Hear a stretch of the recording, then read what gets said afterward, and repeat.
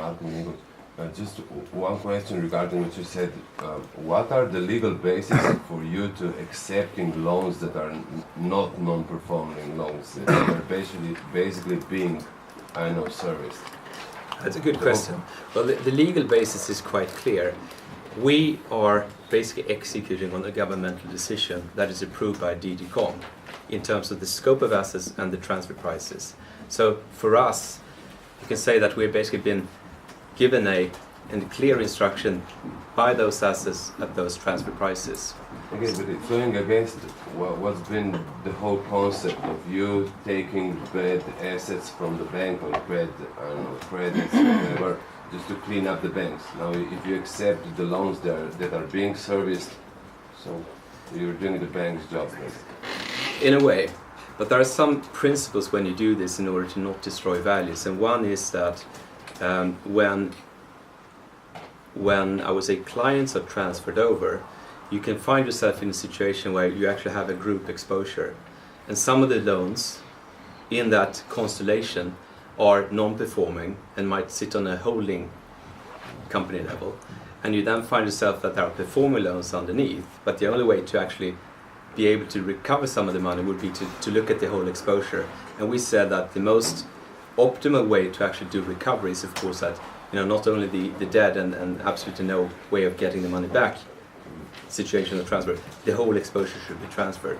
But in terms of these, I would say, specific cases that have been brought to our attention right now, I cannot at this point actually tell you if they are part of that or if they are sort of separate, that for some reason sort of been transferred to us. Just one more question regarding nepremičnine. Real estate. Real estate. You blocked on Monday, you blocked the sales of apartments in a complex, Odgovori. So could you elaborate a little bit? Yes and no. Actually, we will not comment on case by case. It would be impossible for us to do so, and it's also quite unprofessional to sort of, I would say, in an ongoing situation, do that publicly. We will speak directly to the stakeholders and sort of make sure that we're affected that way. But if I take a step back, and I'm not commenting on this one, but one of our roles is, of course, to look at the whole exposure we have and making sure that we can optimize the value of that. And one of the purposes of setting up a bank asset management company is to make sure that we are not, that we can play a role in terms of stabilizing prices and avoid sort of fire sale situations in markets where there might not be enough good buyers in order to secure price levels. So I'm not going to comment on that specific case, but I think it's pretty clear in terms of the principles we have and what we've communicated before that we are following those. Okay. Večer je bil naslednji. Hi, Jonas. Richard. I would have two questions. The first one would be why a significant change in the gross transfer value accord between the government announcement on December 12th, followed by the DG approval and the latest communication about the transfer value. And secondly, in some cases... Sorry, can I take one because Sure. Actually, there hasn't been a change. But somebody else has raised this. I think it was actually Moody's who raised the same concern. I think the reason is that what we're missing there is the third bank. So what we've done so far is actually only 2 out of 3 banks. So sometimes when there's been communicated sort of the full amount, the 4 billion or so, and that's already, unfortunately I don't have the figures on me. Right. There's already also been minute changes in, we're talking about not more than 10% even with individual banks, so NEB and KBM. So it has been gradually decreasing through time as many... Okay, all right, okay. So there is one little twist to this, which might actually be the explanation, and that is that certain assets could not be transferred legally before year end from NLB and NKBM. There is a residual of assets that we will actually do at the same time as we do Abanca. And the simple reason was that Now there might have been change of ownership clause in ongoing negotiations that they're doing right now, which would basically sort of stop, and we would destroy value by doing it. So some of the assets were basically postponed until basically March, so we can sort of do them at the same time. And that of course reduced the number slightly. But it's still the same list that will be executed on, but there's a small amount of assets that we actually have had to postpone until we do the second major acquisition, and that might be the issue.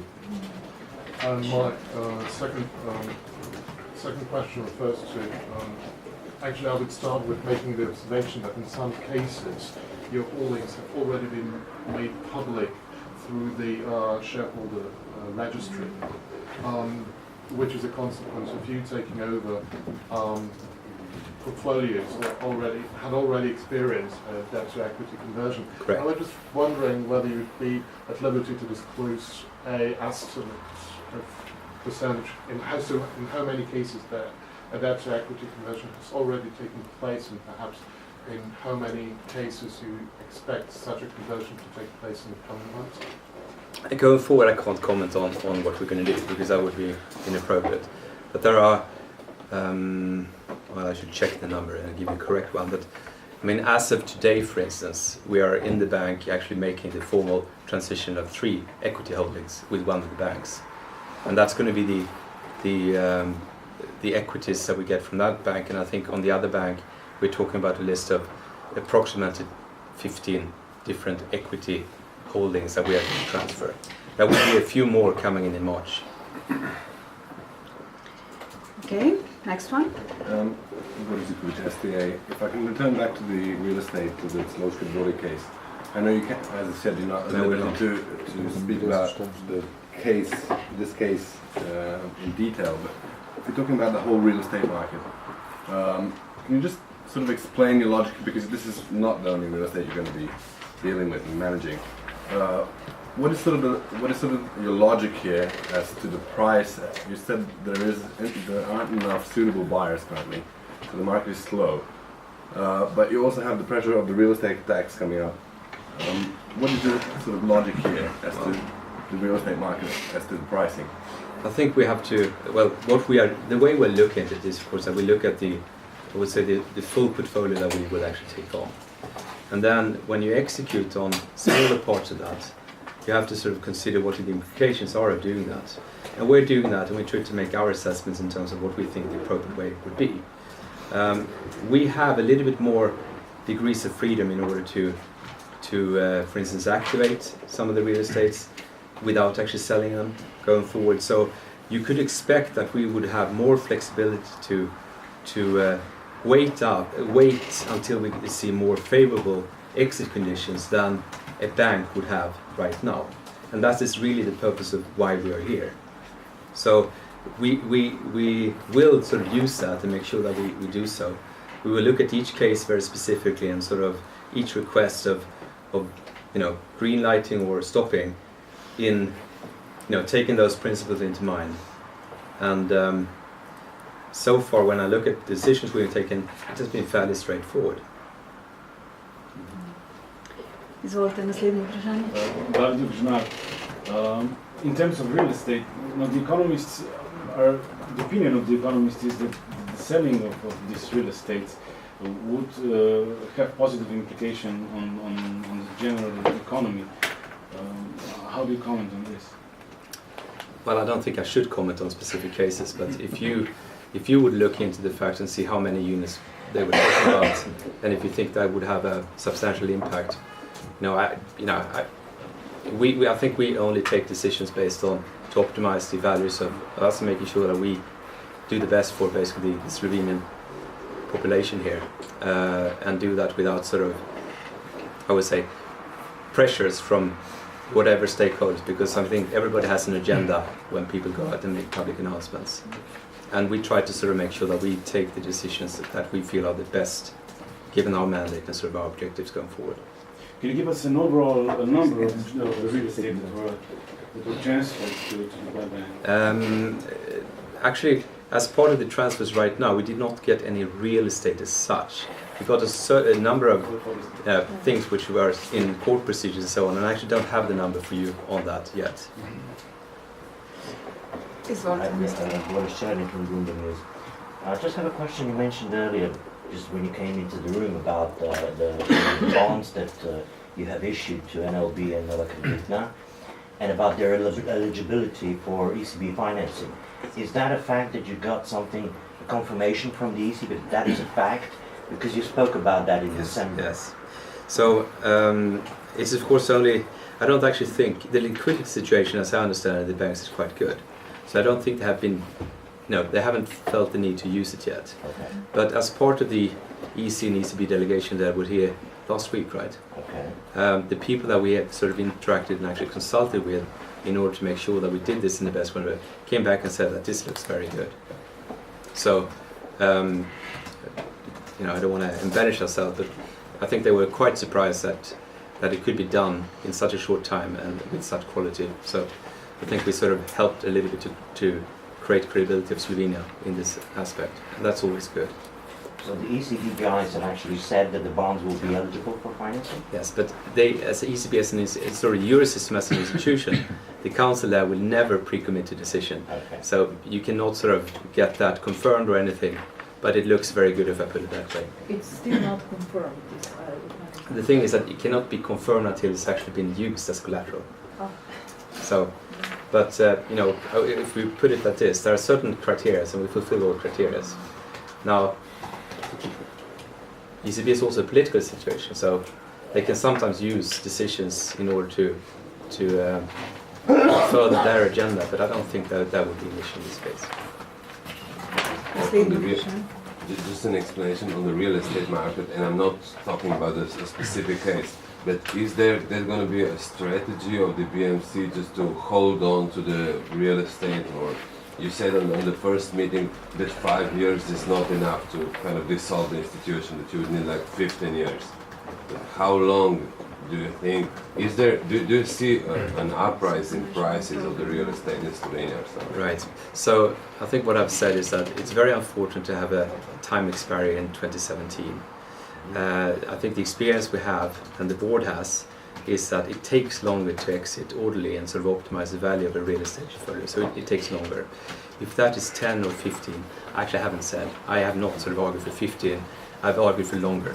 I said 10 or 15, so just to make it clear.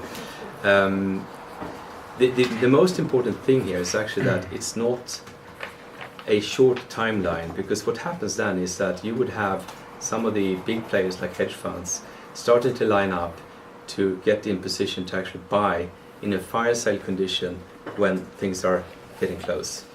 And that has happened in other markets. It's not a fire sale condition. In Well, 15 years we're going to meet another crisis, and we're still going to be dealing with this.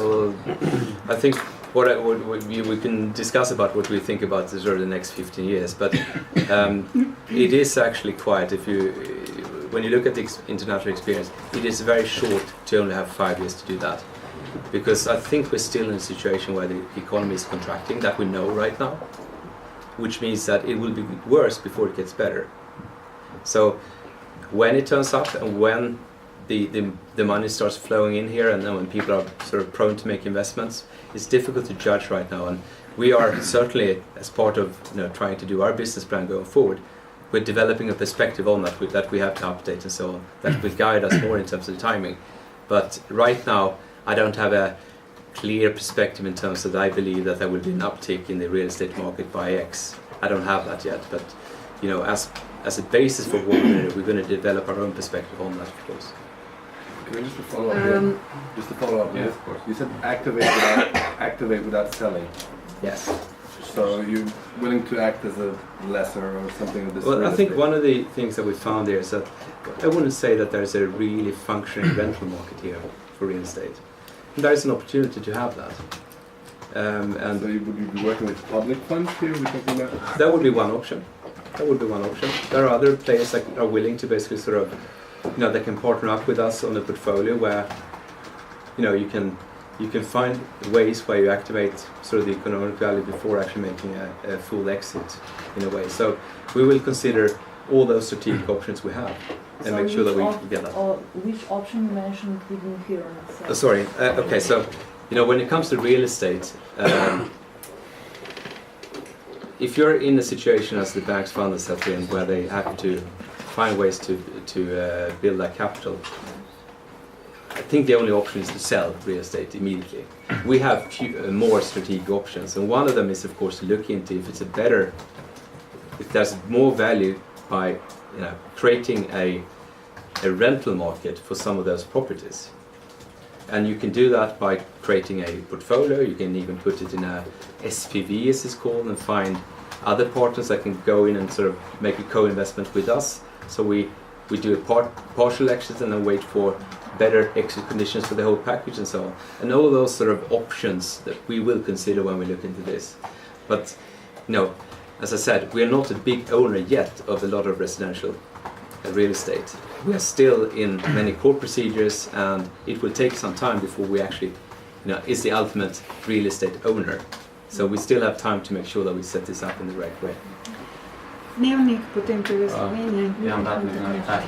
You already said that you will sell once the time is right, yeah? Yes. But I'm wondering how will you sell, via tenders or via auctions, and how will you check who the buyer is to avoid conflict of interest? Yeah,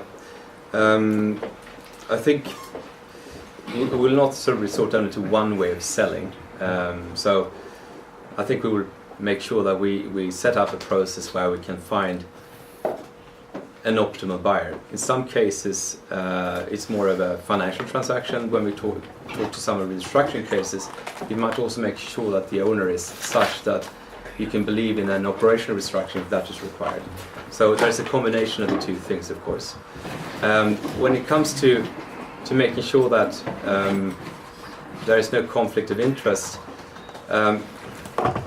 it's a tricky one, because we of course can only sort of check to the extent we have the information, right, in terms of who the owners is, and at the same time we cannot sort of, on principle, not allow certain bidders to come forward if they have the best offer. So it's going to be a little bit of a thing, and it's difficult to give a very general statement that we will always make sure that nobody has had insight or anything like that. We have to look at these situations and be careful when we do it, so we're not ending up in a situation where we would participate in something that wouldn't be appropriate.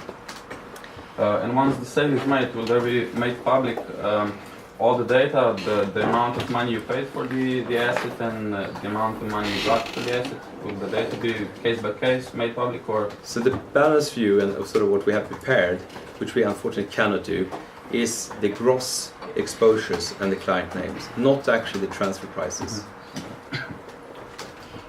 Pride Slovenija. Well, I would like to return to Odgovori, because we have concrete examples of people, of families who came to media and saying that they have already taken up the loans and prepared everything, and now they are left off without an apartment. I would like to ask you, what is your advice to them? Oh, well, on the personal level, it's of course, if you made plans and they are thwarted, it's never good, and I emotionally can feel with that. I certainly do. In terms of what we have to do as BMC, we of course have to take decisions which are not influenced basically by individuals and their specific situations. We have to make sure that we follow the mandate we have, and that is clearly that we should make sure that we optimize the return of the taxpayers' money here. But what do you advise them? What is your advice to them? What should they do? Should they try to I don't know, put another offer to the apartment? What should they do?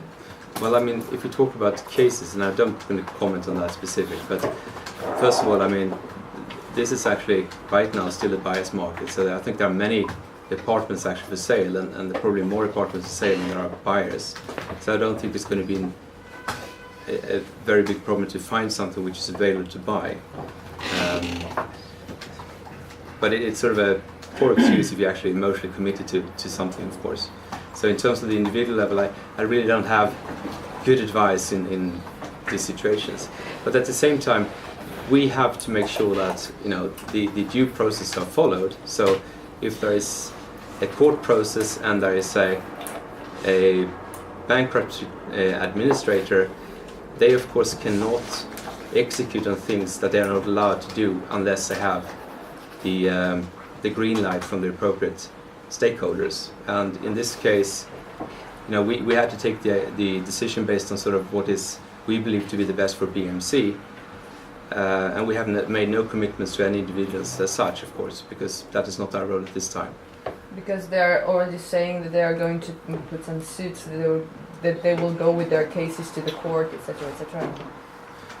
Yeah, I mean, I can't comment on that. I mean, there are going to be many decisions where we have to sort of either approve or disapprove to a suggestion from a bankruptcy administrator. So there will be many decisions that we will have to take, and not all of them will be according to what the bankruptcy administrator suggests. Mm-hmm. Another question regarding this list of bad loans. Now it is a month, and apparently after a month you realize that you don't have a legal grounds. How is that possible after a month? That's a good question. Well, to be quite frank, we've been of course aware about this issue for quite some time. We as BMC, we like to find solutions where we can be transparent. And I think also you've seen that a lot of the intentions also come from our owner, i.e. the government, that is, in terms of doing this.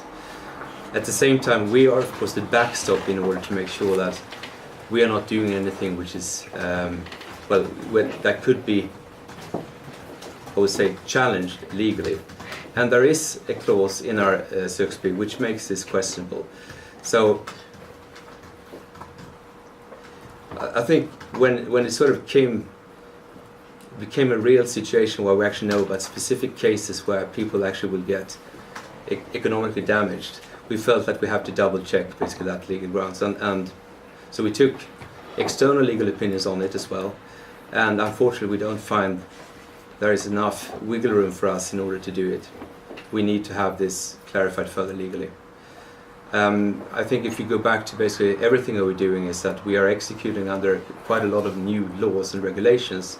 Not all of them are, I would say, black and white, because in some cases there are laws which have saying something and there are other laws saying something else. And I think we actually end up in a similar situation here with potentially the new act of the act which is now in parliamentary proceedings around the access to public information. So, the legal situations is sometimes not black and white here, and I think we tried to make an interpretation which were in line with what we'd like to do. In the end, we had to double check it, and unfortunately that check came out negative. Finance naslednje in potem delo. You got many companies which are already in some insolvency processes in a court, and there are also many auctions ongoing, there are dates set and so on. Are you going to act the same way you act in Celoški Dvori? So you're going to stop these auctions, for example, which are in next month, and say, okay, we are going to see what we have, or you are going to let free this? No, it has to be clear. I mean, this is, in the cases, we're not acting on an overriding principle that we will do either this or that. We look at each specific cases and run them through our. First of all, I mean, in this specific situation, it sort of goes through one of the bank's credit committees, unless we have full managerial control. And we then take them into our credit approval process, where we actually look at the facts and look at the case, look at the different options we have, and try to assess which is the most valuable one. And therefore we decide on that. So it depends on basically what the proposals are from the court and where they are in terms of the procedures, and as you know, I mean, there are many ways of actually recovering the money that the bankruptcy administrators have. I mean, in some cases there are the Dutch auctions being sort of committed, and sometimes they are setting up a process where you have binding offers being submitted, and some that are non-binding. So it's very difficult to give a general statement as you do. But what we will do is to look at each case and make sure that we take the right decision for each and every one of them. Why didn't you already look at these cases? We know that you have access to credit markets in the world since, I think, June last year. So you have 6 months to look at the cases. The media's knew approximately which cases are going to DUTB. You must know, why didn't you do more researches in these 6 months when you wait for a transfer? You have access to credit marks. Yes and no, I would say. We had. It's a bit like this. I mean, first of all, I think the major thrust we had was to make sure that we got access to the asset quality review work that was conducted during this period. And we did get access to that, but actually the last one we got it on November 22nd and November 28th for the 2 banks. And that would be sort of a good way to actually sort of get quality access to the information around the certain cases, and we got that quite late. Of course, we could have gone in and requested we would like to look at case X, but if you don't have the context around, you can ask for things, right? But unless you actually know that there is something coming up, it's very difficult to actually know what to ask for in those specific cases. So, and it's also impossible to first get your head around everything, and then, okay, now we know where we should look, and therefore we go look at that. So it's a little bit the hen and the egg here. So it's not that simple that we can have that. And the other thing is that now we have to take decisions on certain things, and those decisions are driven by a court process. And this one, which you're probably referring to, was not an issue in June. This is some sort of a recent request from the bankruptcy attorney who would like to have a green light on a specific action right now. And of course we will then look into that action and take the appropriate decision. There are many options ongoing, so you cannot say specifically if you're going to stop them or... Of course not, no. And I can tell you, we've taken decisions where we actually have agreed in several cases already. So it really is sort of case by case, yes. Okay, Mr. Månsson, Mr. William pointed out that BAMC should stay away from any kind of political interference. So my question is, were you exposed to any kind of political pressure so far? Well, we have certain pressure in terms of releasing a certain list. And we still have to take the right decisions according to that, because we're responsible for the decisions we make. So, as an example, certainly we're going to take a lot of decisions. I think we've been pressurized in media regarding a certain case that we're not commenting on here, for instance. And we're going to have a lot of these things. But in terms of being approached with some sort of proposal which is inappropriate, that type of lobbying hasn't happened, because we of course immediately have to report that, as I think everybody else who has to do that, and we certainly will do so. So in that sense, no. But pressure comes in many forms, and we need to make sure that we take the right decisions and are accountable, even if it might not be the most popular decision. Because there is a little controversial situation. The government is a full owner of BAMC. Correct. On the other hand, the government is a political body. Correct. How do you see this controversy? Well, the main backstop here is that the construction of BAMC is that it is an independent company and it has its independent board. So that board has to be fully accountable for the decision that the organization is making, and we are. And I can tell you it's not easy to influence the individuals that are on that board, because I've been through a number of these, I would say, highly dynamic and quite political situations before. And I think that is sort of the real backstop we have. And then of course we have to recruit an organization with people that are comfortable of taking fact-based decisions which are motivated by facts and logic and rational arguments, and can do so even if there is a lot of, should we call it, noise and attention around certain decisions, and do so even if they're not popular. So that's sort of what we're doing. We're making sure that we build up the appropriate, I would say, it goes from the board down. So we have the right governance, we sort of make sure that we have the right protocols for how we take decisions, and we populate with people that are good to do so, basically. Še eno vprašanje je bilo iz kanala, potem pa naslednje, izvolite. Can we get any information about what was transferred over here, or nothing at all? Well, I think what we will do quite shortly is to make sure that we can describe, in terms of the type of assets we actually come into ownership, and start clustering those and making sure that we can describe sort of the type of assets that we have acquired.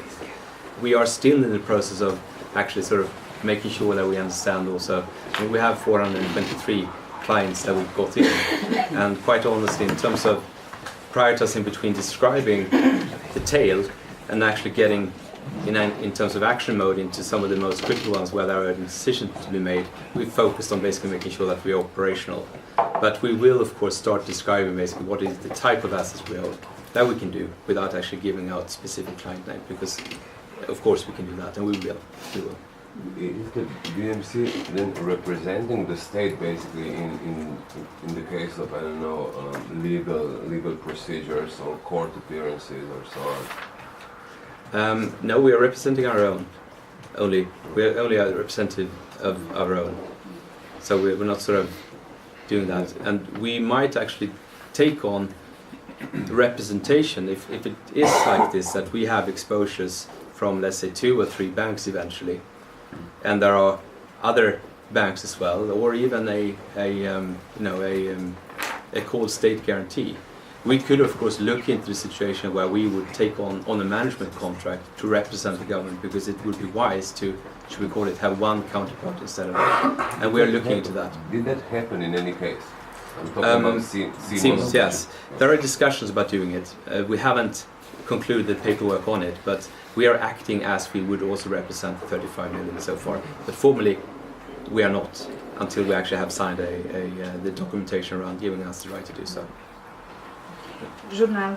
Can you give us the percentage of the toxic assets that have been transferred so far from these 2 banks to your institution? And how do you supervise the management of the assets that are still at the NLB and NKBM? Okay, so our task is actually limited to make sure that we take on what has been defined that we should take on. So we have no insight in actually what's left in the bank, and we have no role in actually doing that. Although it's legally yours, basically. No. The only thing that we own is the ones that we have transferred over, and that's the only thing.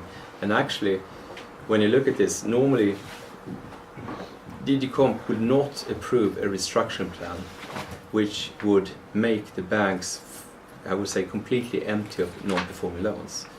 What DG Comp, because they're there to protect the other competitors in the banking world, would ensure is that, I would say, enough non-performing loans are left in the banks in order to have them viable but not too competitive going forward. So that's a sort of a trade-off. So it's not something strange that there are actually non-performing loans left in the banks. It actually has to be like that. So again, we have no insights in terms of, I would say, the selection process of the non-performing loans that came into sort of our books. It is clearly not all of them, because they still will have non-performing loans. And managing that and making sure that those are handled effectively is of course a big role for the owner in the way right now. So that's actually one of the huge tasks for right now for the government as the owner, of making sure that the banks are set up and operated effectively in those matters as well, so we don't end up in a situation like this again. Just one more question with regard to the change of legislation that is very likely to be made, namely that you have to disclose certain data regarding certain credits that have gone bad. Yes, so I think the backstop is that the principle we want to be transparent, we want to be professional, and we certainly don't want to end up in a situation where our main task, which is basically make sure that we effectively recover as much money as possible, are being compromised. In the end, we will, of course, the ultimate credibility lies in if we're following the law. So if there's a law saying that we do that, we will comply. And we will make sure that we organize in a way that we can comply. We might say that it's a huge burden and all that and costs extra money, but if that's sort of what the lawmaker tells us to do, we will of course do that. One question more.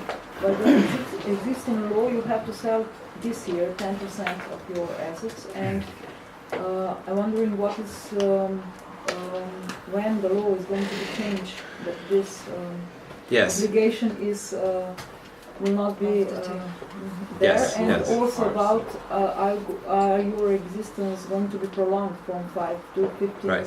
years as its suggestion? Is this ongoing debate about this law? I think it's ongoing. I actually don't know where the exact, that new legislation where it actually stands right now. That was a I would say a first push already during the autumn in order to do this. I think it was sort of concluded that it would be interfering with the transactions if we would to have to execute them during we changing sort of the main regulatory framework for how we do that as well. We did change the bylaws, but also changing the regulation that would create a lot of uncertainty and it would actually risk us to do it. So the decision was to wait until, I would say, early this year in order to change that.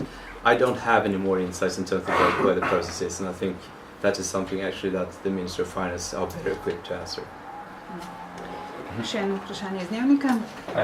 You said you had no influence over which assets were transferred to the BMC, but I'm wondering who did. There have evidently been some transfers of assets that are performing loans. That's what we at least strongly suspect right now. So how does this process look like? Well, I think in principle, the way it was done was that, if you remember, for us in order to execute these measures, the banks have to apply to be eligible to support through basically the mechanism set up through SUX. As part of that application, they have to submit a restructuring plan, which is first going to be looked at by and actually be developed jointly with Bank of Slovenia, where they basically, I would say, define some of the areas where they say that these are strategic areas that we continue our operation in, and these are areas where we're going to leave and not do going forward. So it sort of starts with basically defining what your core business is first, and then based on that you can say that, of course, you should keep, because you have to keep some of the non-performing loans in what you define as your core areas, and then what is non-core and NPLs should be transferred to us. Then there are of course some difficulties here, and that is that we are sort of restricted to only get non-performing loans, which is basically for clients in Slovenia. We can't sort of get it if the jurisdiction is Bosnia or something, which also means that there are some non-performing loans left due to that reason. And there were a few other complications around it, as a cut-off in terms of size and so on.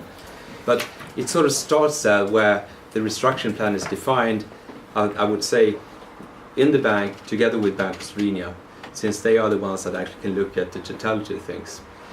Remember, we have no access to all the assets in the banks. The only thing we looked at is basically the ones earmarked for transfer to us. So that is, and then there is an approval process where in the end DG Comp sort of approves this plan, which includes actually the scope of assets. So the Commission actually checked all the assets that are being transferred and said okay. Right? They are. What we then said is that there is also a role for coordinating across the banks, so we don't end up with something which is defined in one bank and something else being defined in that one. So there's been an effort, also an initiative by Bank of Slovenia to harmonize this, so we sort of get effective bundles. And there's also been sort of principles that we are sort of we and together with other stakeholders said that to make sure that we are also getting, I would say, effective bundles in terms of the exposure, so we have a chance to actually make appropriate recoveries. So that's sort of a number of steps which ended up in the results where we are right now. And I actually don't have more insight than this. Evo, imamo še 3 vprašanja. Izvolimo. There's a lot to talk about Mercator. There's a consortium of owners selling it for the 9th time, I think, and there's a lot of debate or a lot of insinuations almost coming from basically politics that it's going to be transferred to the BMC and then sold off in parts or something of your comment. I can't comment on case by case, and we don't even own it right now, so I'm not going to comment at all. Večer je naslednji. I would have another question. Considering the bonds you transferred to the banks as payment, considering the short maturity, what will be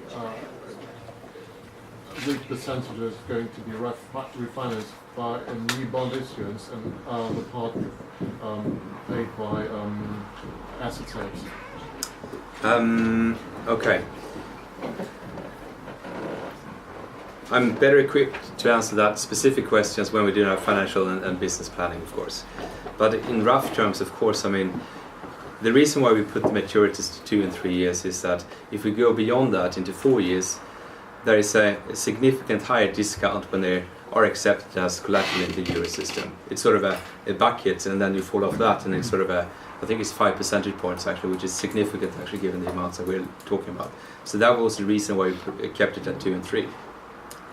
I think the other one is that we actually believe in what we're doing. So if we are now restoring credibility in the markets, we should see that the financing cost for us and also for the state goes down, of course. So that's another reason why we'd like to have it fairly short. And so far so good, I would say. One thing regarding the bonds, which sort of comes back to this refinancing situation. Let's not forget that we have bought non-performing loans, the majority at least, from the banks with a performing asset. Which means that not only is that asset being used for finding liquidity in the bank system, we are going to pay a fairly substantial financial cost to the banks going forward, and we got non-performing loans in return. So,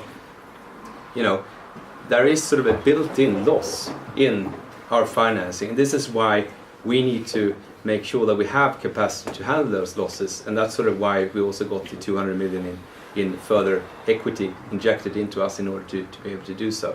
So with this, we actually feel that we are, as it looks right now, we should have enough time in order to make sure that we can sort of find an appropriate refinance plan going forward, and I don't expect us to have to do anything radical within the next 18 months.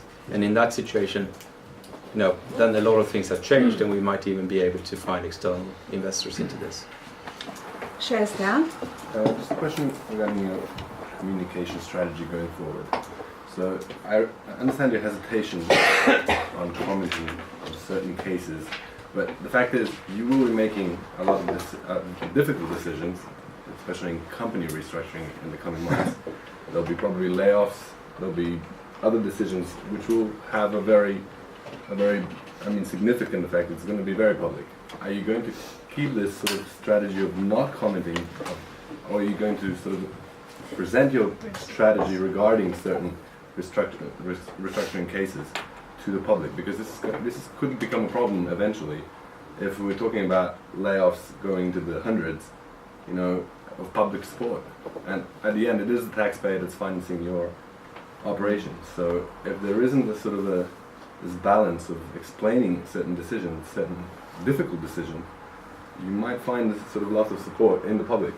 Well, the principle is still going to be we're not going to comment on ongoing cases. If we find a situation where we actually have resolved the situation, there are consequences, it's a slightly different matter. And of course there might be special situations which I'm not aware of at this point in time where we have to make an exception. But I would sort of also give a clear message that I know that you will try to sort of get our opinion on certain decisions, which there are going to be a number of decisions taken in order for us to sort of resolve a complete exposure. And we're not going to comment on everything we do. We just cannot do, and it's also not the right way to do it, because we want to make sure that we have the ability to effectively communicate directly with the stakeholders. And by doing that, we find better solutions than if we sort of communicate to them through media. So in that sense, we're going to be a little bit boring and disappointing. If there's a major issues, of course, we're going to address those. But as a principle, we will have to act on the principle that we are not commenting on ongoing cases, case by case. One more question. Yeah. It's about, you're fully government owned, but there was ideas that private investors would eventually join in. Are you the one that sort of should attract interest, or is the government, or any interested parties, should they approach the government or you directly? And has there been any interest? Yes, and yes, and yes. So, well, there is one thing regarding to, there's also a need to change the SUXP regarding that aspect as well, because right now we're sort of defined to be 100% owned by the government. So nothing can happen until there is a change in that part of the legislation as well. That's one. I think the other one is that before we are, I would say, investable for foreign money or external money, we have to probably have owned the assets for a while, so we can be very clear in terms of what we have, how we can package certain things, and how we can sort of make, I would say, more specific assumptions around exits and so on, so we can project basically what we think the cash flow profile of BMC is going forward. And it's a little bit too early to do that with, I would say, the certainty that an investor usually requires at this point in time. So I think we're talking about, realistically, this is probably a year out before we're in that position that we could attract that. But there are, of course, people that are used to invest in a situation like this, and they have already sort of been in contact with us directly and also through our owner. Še delam. One very short question, Mr. Månsson, what is the total number of employees at BAMC today, and is staffing process going according to plans? Yes, so it's the same as I sort of gave you last time. This is we're acting through that plan, because short term you can't really change it a lot. So we're roughly 20 people employed, and that 10 more joining now in January. It might be one, let's say 20 and then 10 more in January. That's sort of So recruiting 40 plan. at the end of the month. Yes. We are of course now, we are of course trying to accelerate this, because given that we have a change of concept, it is of course more, we certainly have enough work to do, and since sort of the legal transfer being taken over, we're no longer in sort of this strict balancing that we sort of build up the organization according to the series of tranches that we sort of, basically had as an assumption when we did our recruiting plan. So we are of course accelerating the recruiting we can. At the same time, that people have notice periods and so on, so there is a limited amount that we can do, but we're still fine. We're still according to the plan. We can certainly use more people, and we are recruiting people at full speed. But there is huge interest to join you. Yes. And That was also my thought. we are, basically, sort of looked at the numbers, and we will sort of make sure, and we have a pretty good screening process which has been tested now, and sort of when we come to final round of interviews, I think the hit rate in terms of actually people on board and sign up are 47%. So, it's a matter of also of us to should we call it, broaden the funnel a little bit and making sure that we get even more people through to the final round, so we can add more people. We're not going to compromise on quality.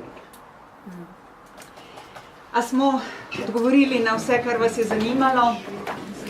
Hvala za vašo pozornost in seveda ostajamo očitno še naprej na zvezi. Lep dan.